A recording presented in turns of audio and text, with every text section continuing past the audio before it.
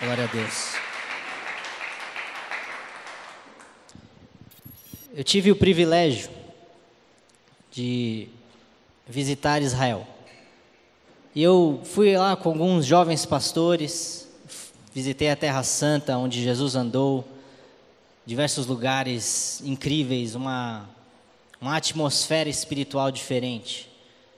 E muitos lugares lá em Israel me marcaram. Mas teve um que me chamou a atenção de uma forma diferente. Nós estivemos lá no Muro de Lamentações. Alguém conhece o Muro de Lamentações? Alguém já ouviu falar? Legal.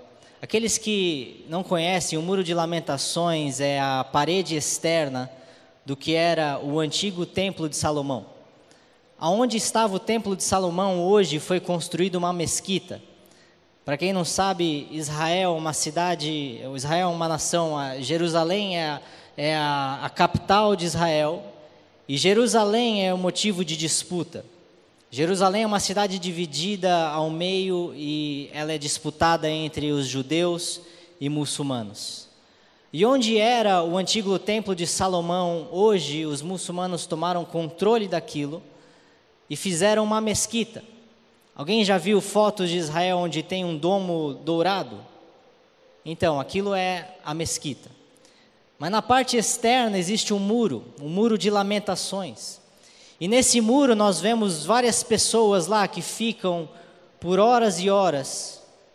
E nessa época do ano, pelo menos, quando a gente foi, a temperatura estava entre 35 e 40 graus, aquele sol escaldante. E a gente mal conseguia ficar ao ar livre, a gente mal conseguia ficar exposto àquele sol.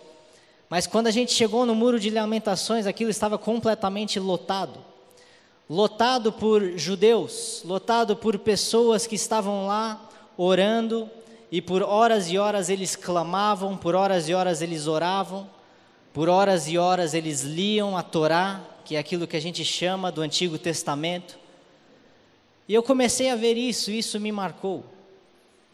O que essas pessoas ficam lá tanto tempo, com tanto zelo, com tanta dedicação, e por muito tempo eles ficam lá buscando, clamando a Yahvé. Yahvé nada mais é que a nossa tradução de Jeová. Eles acreditam no mesmo Deus que nós acreditamos. Os judeus acreditam em todo o Antigo Testamento que eles chamam da Torá. E muitos deles até decoram, eles sabem te falar exatamente o Antigo Testamento como um todo de cor, sem precisar ler, sem precisar abrir uma passagem. Eles são tão zelosos que eles chegam a decorar as Escrituras. E no momento que eu estava ali no Muro de Lamentações, no momento que eu estava ali observando isso, eu comecei a raciocinar. O que diferencia esses judeus que acreditam no Deus que a gente acredita, que acreditam em Jeová, que oram por horas e horas num sol escaldante, que buscam Deus continuamente, que tem tanto zelo pela palavra de Deus, o que diferencia eles de nós, cristãos? E à medida que eu comecei a raciocinar, eu comecei a pensar que eles acreditam muita coisa que a gente acredita. Eles acreditam em Moisés, eles acreditam em Abraão, eles acreditam em Jacó, eles acreditam em tudo aquilo que a gente lê no Antigo Testamento, Ezequiel, a nação, eles acreditam nas muralhas de Jericó caindo, eles acreditam no Mar Vermelho abrindo. Eles são esse povo, eles são o povo escolhido de Deus. Mas como nós estamos lendo aqui em João 5, essa fala de Jesus aos fariseus, que eram judeus, os estudiosos da lei, aqueles que liam a Torá, aqueles que eram tão zelosos, como eu vi lá no Muro de Lamentações, pessoas que passam 5, 6 horas em oração, pessoas que dedicam a sua vida àquilo que eles acreditam, aquilo que é um grande exemplo até mesmo para nós que acreditamos. Mas nós vemos as falas de Jesus, que fala: vocês examinam as Escrituras, pois creem que nelas estão as palavras de vida eterna. E Jesus não negou que elas têm as palavras que nos levam à vida eterna. Mas Jesus está falando aqui que as palavras da Bíblia, E nesse momento, e quando Jesus estava falando, somente o Antigo Testamento estava escrito, somente a Torá, aquilo que os judeus já acreditavam e ainda acreditam, os fariseus, elas apontam para Jesus. Elas apontam para Cristo, elas apontam para o Messias, para aquele que o povo judeu está esperando até hoje. Porque quando Jesus veio, ele veio de uma forma diferente. Quando Jesus veio, ele não veio para libertar o povo judaico do domínio romano. Jesus veio num reinado espiritual. E se vocês acompanharem comigo lá no versículo 45, Jesus continua o seu discurso falando aos fariseus: não penseis que eu vos acusarei perante o Pai. Quem vos acusa é Moisés, em quem tendes firmado a vossa confiança. Porque se de fato cresceis em Moisés, também creríeis em mim, porquanto ele escreveu a meu respeito. Se porém não credes nos seus escritos, como crereis nas minhas palavras? Então Jesus está aqui usando a própria Torá, o próprio Antigo Testamento, está falando: elas testificam de mim. Vocês judeus, vocês fariseus, vocês religiosos da lei, vocês estudiosos da lei, vocês dizem que acreditam na Torá, vocês creem completamente no Antigo Testamento, vocês creem completamente no que a palavra de Deus que foi dada aos profetas, a Moisés, a Ezequiel, vocês creem em tudo isso. Mas não sou eu que dou testemunho de mim mesmo, porque Moisés escreveu sobre mim. Alguém sabe quais os livros que Moisés escreveu? São os primeiros 5 livros da Bíblia: o Pentateuco, Gênesis, Êxodo, Levítico, Deuteronômio. Os 5 livros, os 5 primeiros livros da Bíblia. E como é que Jesus está falando que Moisés escreveu sobre ele, sendo que nós não temos relato de Jesus? Como é que Jesus está falando que Moisés escreveu sobre ele, se Jesus só viria a nascer depois de tanto tempo? Bom, a gente pode dar uma recapitulada. A gente pode olhar para a história de Adão e Eva, por exemplo, lá no início mesmo. Nós temos a instauração do homem, o ser humano é criado por Deus, está ali toda a criatura, feitos perfeitos, a imagem e semelhança de Deus. Aí vem o pecado, aí vem a queda, aí vem o tropeço do homem, aí vem o erro. E depois do erro vem o juízo. Qual que é o juízo de Adão e Eva? Eles são tirados do jardim, tirados do paraíso. A partir daquele momento, conforme exatamente a palavra de Deus, eles passam a morrer. E imediatamente morreram espiritualmente. E depois de alguns anos eles morreriam também fisicamente, coisa que não é natural. O ser humano não foi feito para morrer. E depois do juízo vem o quê? O arrependimento. Adão e Eva imediatamente se arrependeram, se perceberam nus. E depois do arrependimento vem o quê?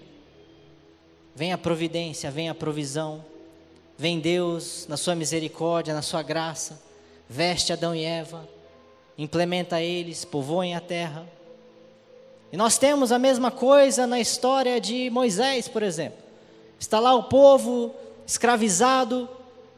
Aí vem Deus, levanta Moisés. Por longos anos Deus prepara Moisés.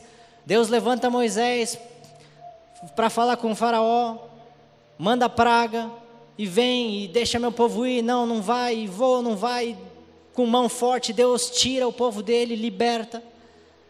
Aí chega, são libertos do Egito. O que o povo faz? Depois de ver 10 pragas no Egito, depois de ver o mar abrindo, depois de ver a mão forte, depois de ver Deus agindo e se revelando novamente à humanidade, o povo constrói um bezerro de ouro, tropeço, pecado, iniquidade, erros, injustiças. Depois disso vem o quê? Juízo. Deus chegou a ficar tão magoado com seu povo, ele estava tão enfurecido com o pecado da idolatria, mais uma vez no meio do seu povo escolhido, que ele falou: Moisés, eu envio vocês, mas eu não vou com vocês, porque esse povo é obstinado, esse povo é idólatra, esse povo é pecador. Aí vem Moisés, intercede pelo povo, vem o juízo de Deus, e depois do juízo o arrependimento, e depois do arrependimento vem a providência de Deus, a misericórdia e a graça. E nós vemos isso acontecer continuamente. Nós vemos esse ciclo, nós vemos essa rotina que o ser humano continua a fazer.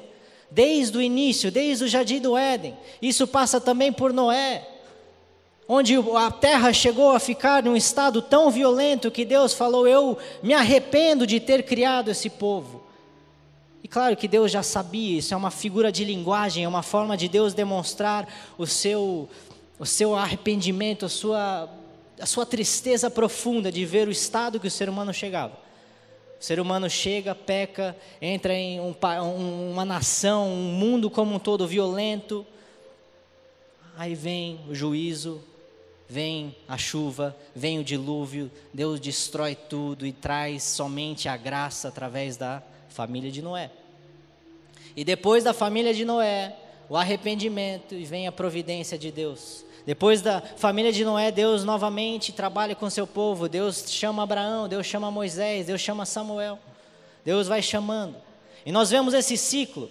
O ser humano é implementado, o ser humano ele é agraciado e vai, o ser humano tropeça, cai, peca contra Deus. E depois do pecado vem o juízo, vem as consequências do pecado. E depois das consequências vem o arrependimento. E depois do arrependimento vem a providência, o amor e a graça. E a gente vê isso acontecendo continuamente, de novo e de novo e de novo, e isso acontece durante todo o Antigo Testamento. Mas aonde que isso aponta para Jesus? O que que isso está falando sobre o Messias? O que que isso está testificando que Jesus é o Filho de Deus? Bom, em todo momento, durante toda a sua caminhada do povo judaico, existiam sumos sacerdotes. Eles eram chamados para oferecerem sacrifícios pelo perdão do pecado. Pelo perdão do pecado do povo, os seus pecados, o pecado do povo, o pecado de todo o povo de Deus. E o que era oferecido em sacrifício? Eles pegavam um cordeiro, um animal inocente que não havia pecado, colocavam em cima do holocausto, sacrificavam aquele animal e aquilo era feito para expiação de pecados, para o perdão de pecados. Cordeiro, sangue inocente, sacrifício, isso está te remetendo a alguma coisa? Isso está te lembrando, está te apontando para alguma direção? Obviamente está te apontando para o Calvário. Obviamente está apontando para a cruz do Calvário. Obviamente está apontando para Jesus. Porque quando João Batista, a primeira vez que ele viu Jesus, a primeira coisa que ele falou: eis ali o Cordeiro de Deus que tira o pecado do mundo. Nós temos também um outro exemplo, o povo de Israel, depois de ter se liberto do Egito, Deus providenciava um pão que caía do céu, maná. Alguém já ouviu falar? Claro, é muito conhecido.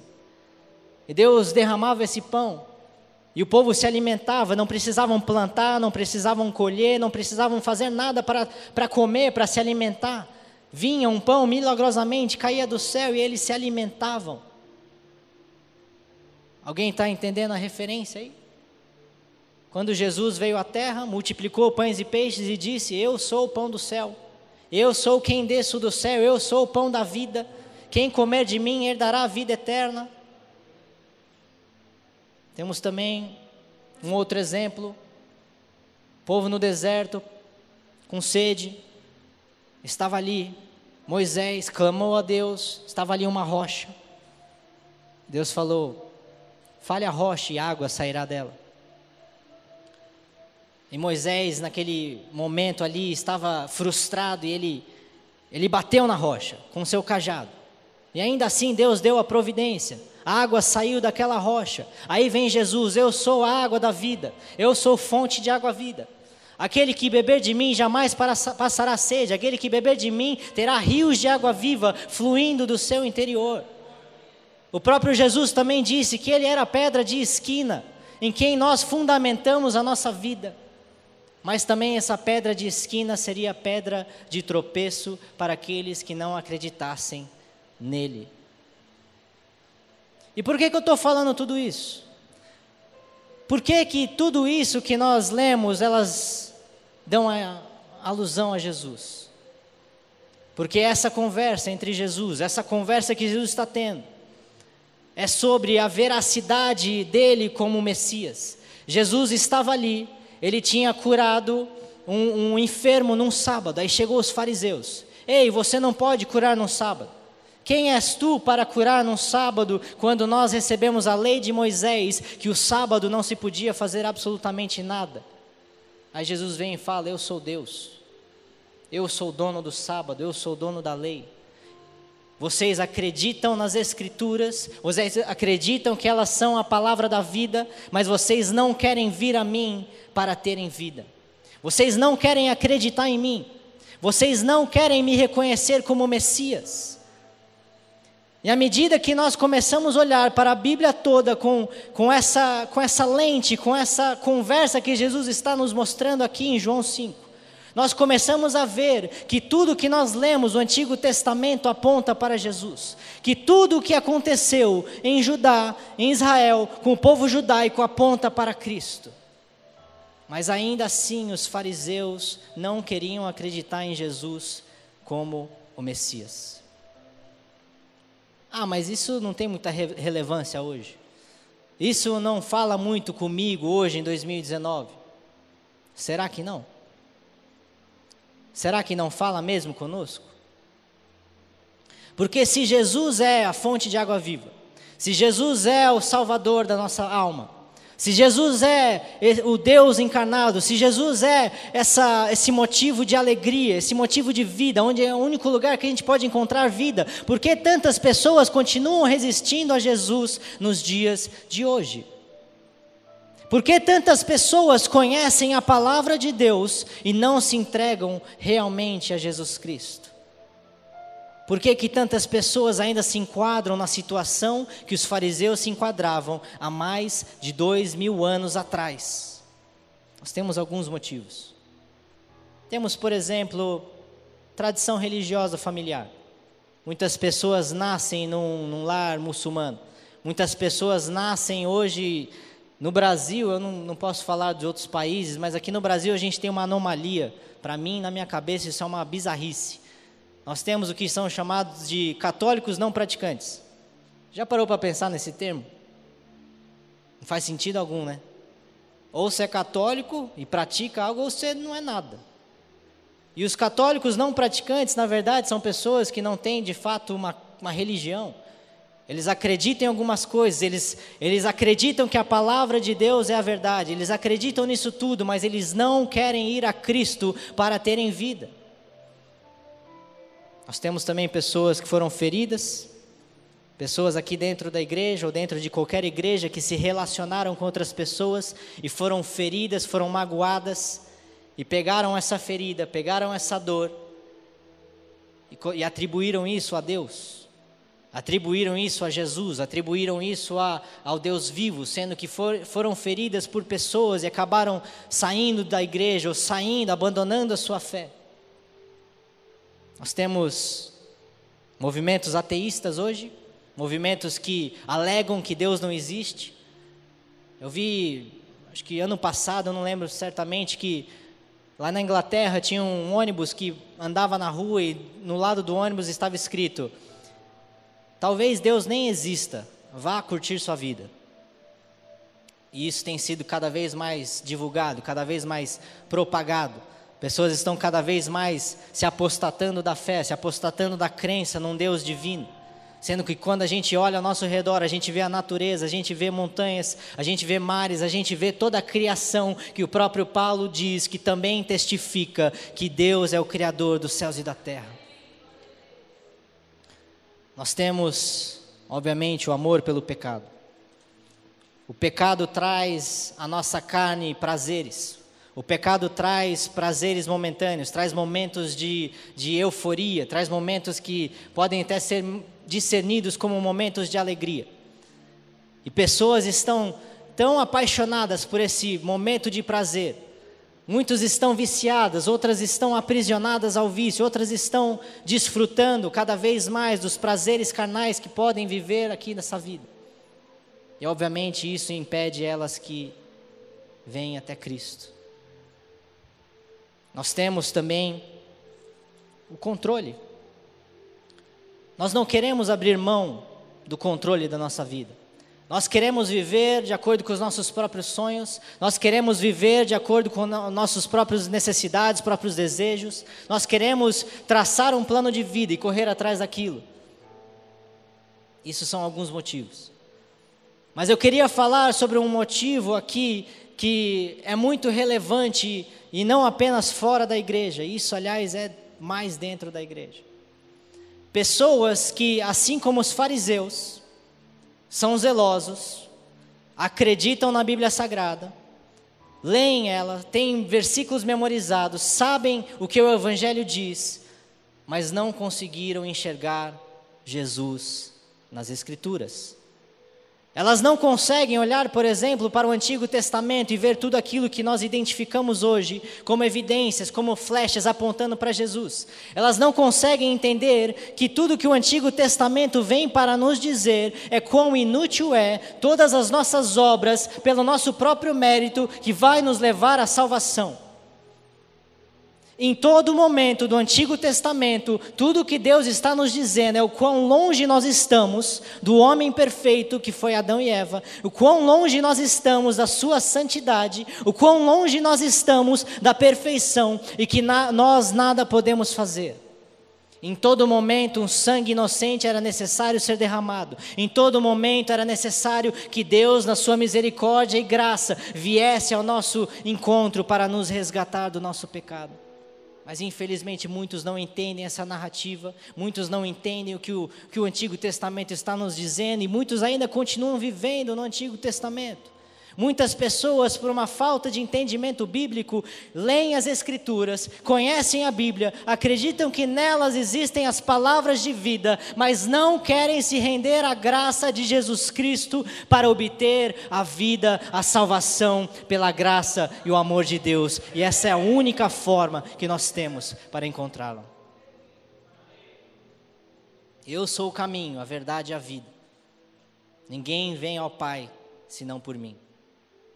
E nós vemos pessoas zelosas, pessoas que podem sequer estar lá no Muro das Lamentações orando por 6 horas diárias, pessoas que estão aí orando, jejuando diariamente, pessoas que estão lendo a Bíblia, estão buscando fazer boas obras, estão de todo o seu poder, de todas as suas forças, buscando a salvação. E Jesus está nos dizendo que vocês creem na palavra, sabem que nas Escrituras estão as palavras de vida eterna, mas não querem vir a mim para terem vida. As pessoas não estão se apoiando naquilo que de fato nos trará a salvação. As pessoas continuam lidando com Deus como uma série de regras. As pessoas continuam lidando com Deus como o que deixa de fazer ou o que deve fazer. As pessoas continuam lidando com um Deus que vem para a destruição, um Deus que vem para tirar toda a iniquidade e pecado, e Ele vem para isso. Deus é santo, Deus é justo, Deus não se contamina com o pecado. Mas quando nós começamos a analisar todo o Antigo Testamento, essa narrativa que aponta para a provisão divina, aí vem finalmente Jesus, o Filho da promessa. Aí vem finalmente o Messias, aí vem finalmente a provisão definitiva de Deus, o último sacrifício que era necessário, que Ele foi pregado no madeiro para perdoar os seus pecados, os meus pecados, e todo aquele que tiver fé no Filho de Deus será salvo. Credes e será salvo, porque esta é a graça de Deus consumada na cruz do Calvário por Cristo Jesus. Aleluias. Mas eu diria ainda que o maior motivo, a maior pedra de tropeço para que pessoas não venham até Cristo, conhecem as Escrituras, acreditam na Bíblia, sabem o que o Evangelho representa, sabem o que a Bíblia diz, conhece a igreja, conhece tudo, mas não vem a Cristo. Por quê? Por causa do orgulho. Se eu fosse te dizer qual que é o nosso maior inimigo, eu diria que é o orgulho. Nós temos dentro de nós um mecanismo que ele fala conosco. É como se fosse um ser separado, é como se fosse um outro você. Alguém lembra na sua infância? Você provavelmente teve irmãos, alguns podem ser filhos únicos, mas normalmente a gente está brincando com os nossos irmãos, ou pode ser na escola, está brincando com seus colegas, aí vai e quebra alguma coisa, quebra um vaso, ou quebra uma cadeira, não sei. Alguma coisa de errado acontece, você sabe que aquilo não deveria ter acontecido. Aí chega sua mãe, ou sua professora, ou quem for que seja, quem fez isso aqui? Aí foi você. Aí a primeira coisa que você faz, você aponta, foi ele. Alguém já fez isso? Seja sincero. Eu já fiz. O que é isso? Isso é orgulho. A gente não quer ser culpado. A gente não quer ser atribuído culpa. A gente não quer ter culpa atribuída a nós. A gente sabe muitas vezes que a gente está errado. E sabe como a gente consegue medir isso? Sabe como a gente consegue medir o nosso orgulho? É na facilidade ou dificuldade que nós temos para pedir desculpas ao nosso próximo.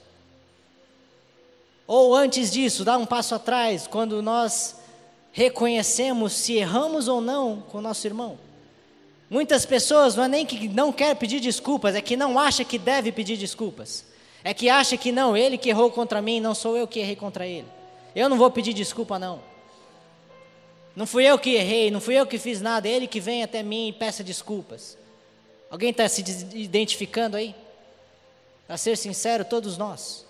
Para ser sincero, isso é um mecanismo de defesa. Eu não sei, eu não sou psicólogo, mas eu sei que alguma coisa na nossa mente funciona dessa forma. E por conta disso, nós muitas vezes nos enquadramos com aquilo que Jesus está dizendo aos fariseus há mais de 2000 anos atrás. Nós conhecemos as Escrituras, reconhecemos que nelas temos as palavras de vida eterna, reconhecemos que nelas somos levados à vida eterna, mas elas testificam de Jesus, mas nós não queremos vir a Jesus para ter vida. Mas como não? Como é que o nosso orgulho nos previne de chegar até Jesus? Eu queria ler para vocês no versículo 41, essa mesma passagem, João 5. Jesus disse: eu não aceito glória que vem dos homens. Sei, entretanto, que não tendes em vós o amor de Deus. Eu vim em nome do meu Pai, e não me recebeis. Se outro vier em seu próprio nome, certamente o recebereis. Como podeis crer, vós, os que aceitais glória uns dos outros, e contudo não procurais a glória que vem do Deus único? O que Jesus está falando aqui? Em continuação ao nosso texto principal. Isso é uma continuação do que Jesus está falando. Jesus está falando sobre glória, Jesus está falando sobre nós recebermos algum tipo de honra, algum tipo de reconhecimento. Quando Jesus está falando aqui com os fariseus, ele está falando sobre glória que vem de Deus, está também falando sobre glória que vem dos homens. Muitos de nós hoje vemos pessoas que oram em voz alta, assim como os fariseus também faziam, para que outras pessoas a veem como santos, para que outras pessoas a veem como espirituais. Por que você acha que a Bíblia nos instrui quando jejuamos de lavar o nosso rosto, de não falar isso em praça pública, de não expor que estamos nos sacrificando perante o Deus? Porque conforme o que Jesus está nos dizendo aqui, uma vida com Jesus, ir até Jesus, tem tudo a ver com o nosso compromisso no secreto. Tem tudo a ver com nos rendermos a Cristo na intimidade onde ninguém está vendo. E hoje nós olhamos para dentro de igrejas, e isso eu uso no plural, porque não tem exceção. Nós vemos pessoas religiosas, pessoas que buscam a sua vanglória, que buscam ser reconhecidas por homens, que buscam ser reconhecidas como santas espirituais. Não, aquele fulano de tal é ungido, fulano de tal é isso, fulano de tal é aquilo. Por quê? Porque ele está sempre no santuário, porque ele está sempre orando. Gente, vocês estão entendendo o que Jesus está nos dizendo? Vocês estão entendendo que não quer dizer nada você estar dentro de uma igreja? Vocês estão entendendo que não quer dizer nada você conhecer a Bíblia de capa a capa? Porque muitos buscam a vanglória, reconhecimento de homens, quando tudo que ir a Jesus significa é entrar no nosso quarto, fechar a nossa porta e em secreto buscar a Deus. E Deus que em secreto nos vê, nos ouve, nos responde, um Deus que responde oração, publicamente nos trará o reconhecimento que nos é devido. Porque Deus olha sempre para o coração. E no momento que nós estamos buscando o reconhecimento público, no momento que nós estamos buscando a glória de homens, o orgulho está predominando no nosso coração e não é Jesus que está no primeiro lugar da nossa prioridade. E isso é muito sério. Eu já falei aqui, já preguei sobre isso, que qualquer coisa que está acima do lugar de Deus no nosso coração pode ser muito bem considerado idolatria. Ídolos. Nós hoje temos ídolos, nós temos coisas que nós colocamos acima de Deus, vanglória, reconhecimento de homens, nós queremos 1 milhão de seguidores, nós queremos pessoas falando o nosso bem. Quando tudo isso Jesus está falando, é que nós precisamos chegar na intimidade, no secreto, sem uma segunda intenção no nosso coração, conhecer a palavra e vir até Cristo. Vir até Cristo, vir até o Messias, chegar a Ele, quebrando esse orgulho, quebrando esse desejo de vanglória. Em que outro aspecto nós podemos ser orgulhosos? Em que outro aspecto nós podemos conhecer a Bíblia de Gênesis a Apocalipse? Em que outro aspecto o nosso orgulho nos impede de chegar a Deus? Bom, essa é simples, essa é a primordial, essa é a básica. É reconhecermos os nossos próprios pecados. É reconhecermos que nós não somos bons. Isso volta à nossa criança que apontava para o irmão quando nós quebrávamos o vaso. Isso volta à nossa criança que acusava o amigo de algo que nós tínhamos feito. Porque se você não está lendo a Bíblia, enxergando Jesus nas Escrituras e vendo o quão não bom nós somos, o quão ruim nós somos, o quão pecador nós somos, eu lamento a falar a você, mas você pode ter lido a Bíblia como um todo e não ter visto Jesus nas Escrituras. Você pode não ter visto o exemplo perfeito que Deus derramou do céu para que nós pudéssemos olhar como um espelho e realizar e perceber, nossa, eu não sou nada igual a Jesus, eu não sou digno, eu não sou merecedor, ainda assim Ele veio no meu lugar, tomou o meu lugar na cruz do Calvário, derramou o seu sangue inocente para que eu pudesse ter vida, para que eu pudesse ter vida. Esse é o conceito central bíblico. Mas isso requer a quebra do nosso orgulho, isso requer a quebra do nosso eu. Isso requer nós reconhecermos os nossos pecados. E quando nós quebramos o nosso orgulho, quando nós deixamos de lado o desejo de ser visto como bons, quando nós deixamos de lado desculpas, quando nós deixamos de lado qualquer justificativa própria, qualquer busca de justificação por obras, qualquer busca de fazer o bem para ser salvo, e olhamos para Cristo e vemos que é somente na morte do Cordeiro de Deus, que tira o pecado do mundo, que nós começamos a ter um arrependimento verdadeiro, um arrependimento genuíno. E o que foi que Jesus pregou nos seus 3 anos de ministério aqui? Arrependei-vos, pois é chegado o reino de Deus. Arrependei-vos, pois é chegado o reino dos céus. E o que é o arrependimento?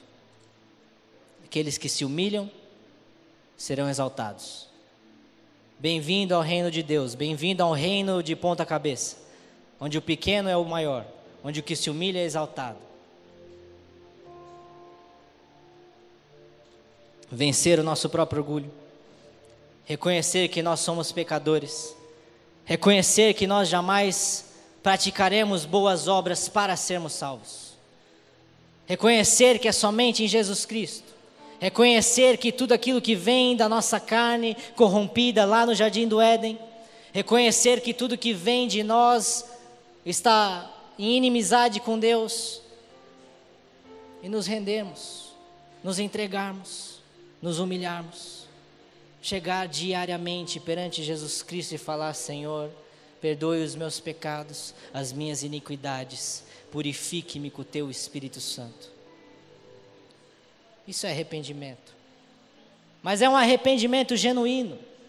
Tem que ser um arrependimento verdadeiro, tem que ser algo sincero do seu coração.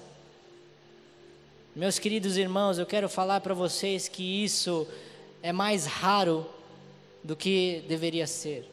É mais raro do que nós imaginamos. É mais raro do que nós enxergamos com os nossos olhos. Eu não sei exatamente quem que falou isso, eu já ouvi falar em algum lugar, mas é um ditado que eu concordo plenamente, que todos nós usamos máscaras.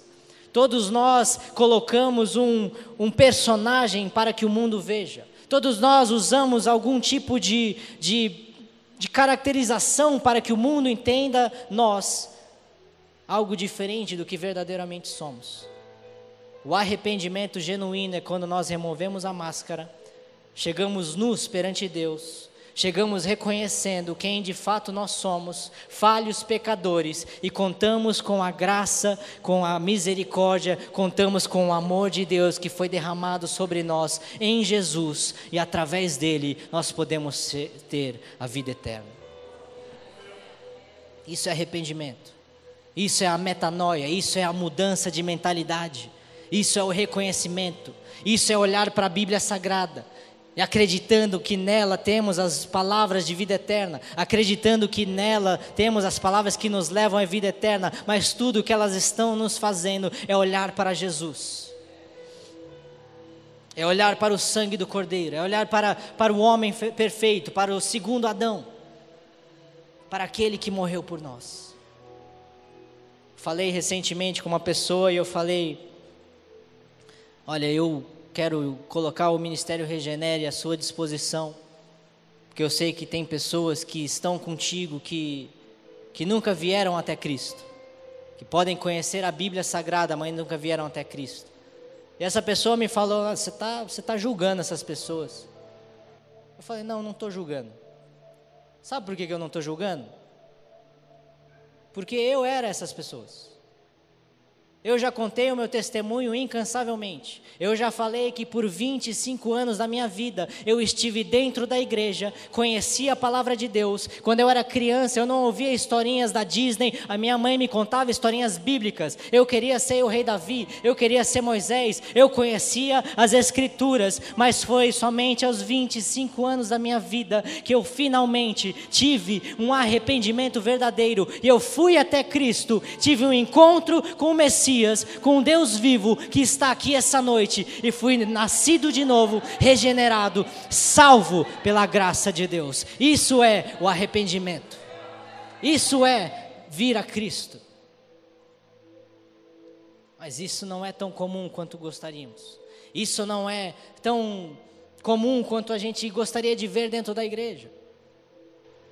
Tantas pessoas dentro da igreja, não fora, não estou falando daqueles que estão lá fora, que muitos deles sabem que estão no caminho errado, sabem que estão vivendo uma vida de pecado.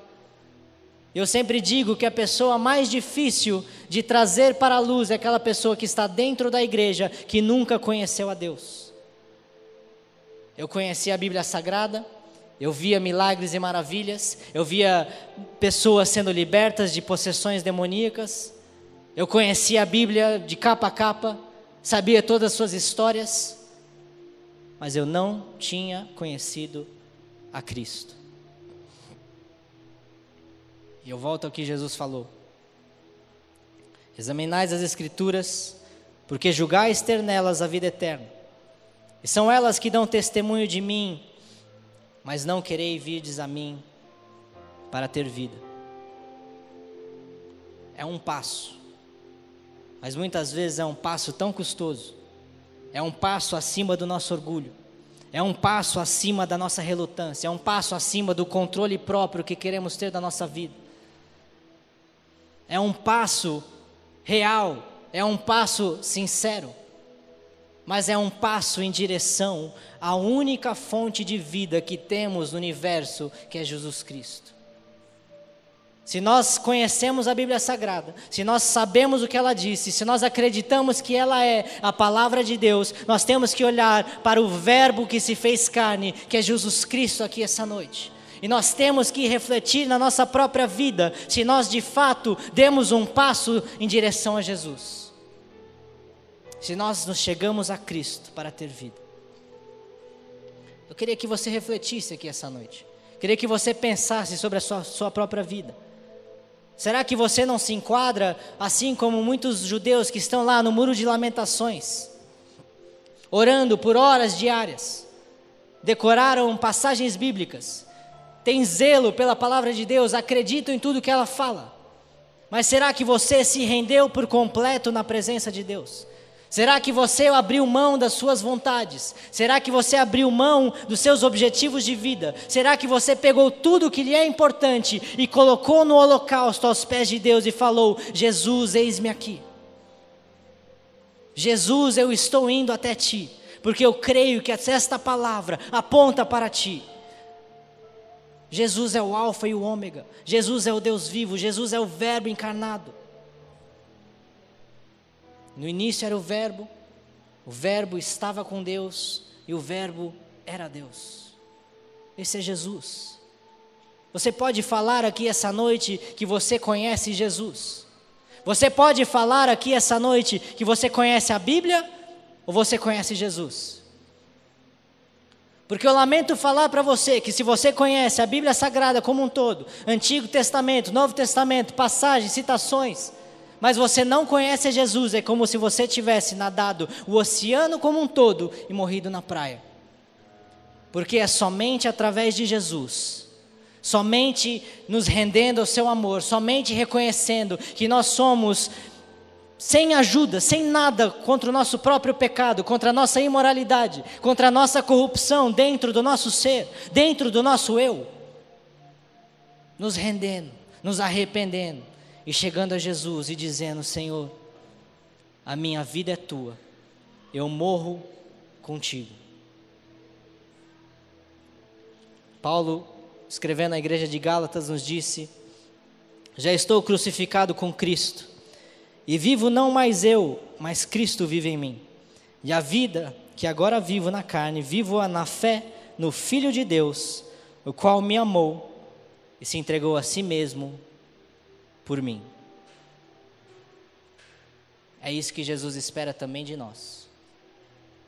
Se você deseja ter a vida eterna, eu peço que você morra aqui essa noite para a sua própria carne, que você morra aqui essa noite para os seus próprios pecados, que você reconheça o quão falho você de fato é, e você veja que a Bíblia testifica do único Filho unigênico, do único Filho perfeito de Deus, aquele que se fez carne, aquele que se fez humano, aquele que sofreu por nós as nossas doenças, aquele que sofreu por nós as nossas punições, tomou sobre si os nossos pecados, e está falando aqui essa noite: filho, tudo o que você precisa é vir a mim para ter vida e vida em abundância. Este é o único caminho para a vida eterna, Jesus Cristo, que morreu na cruz do Calvário para nos salvar.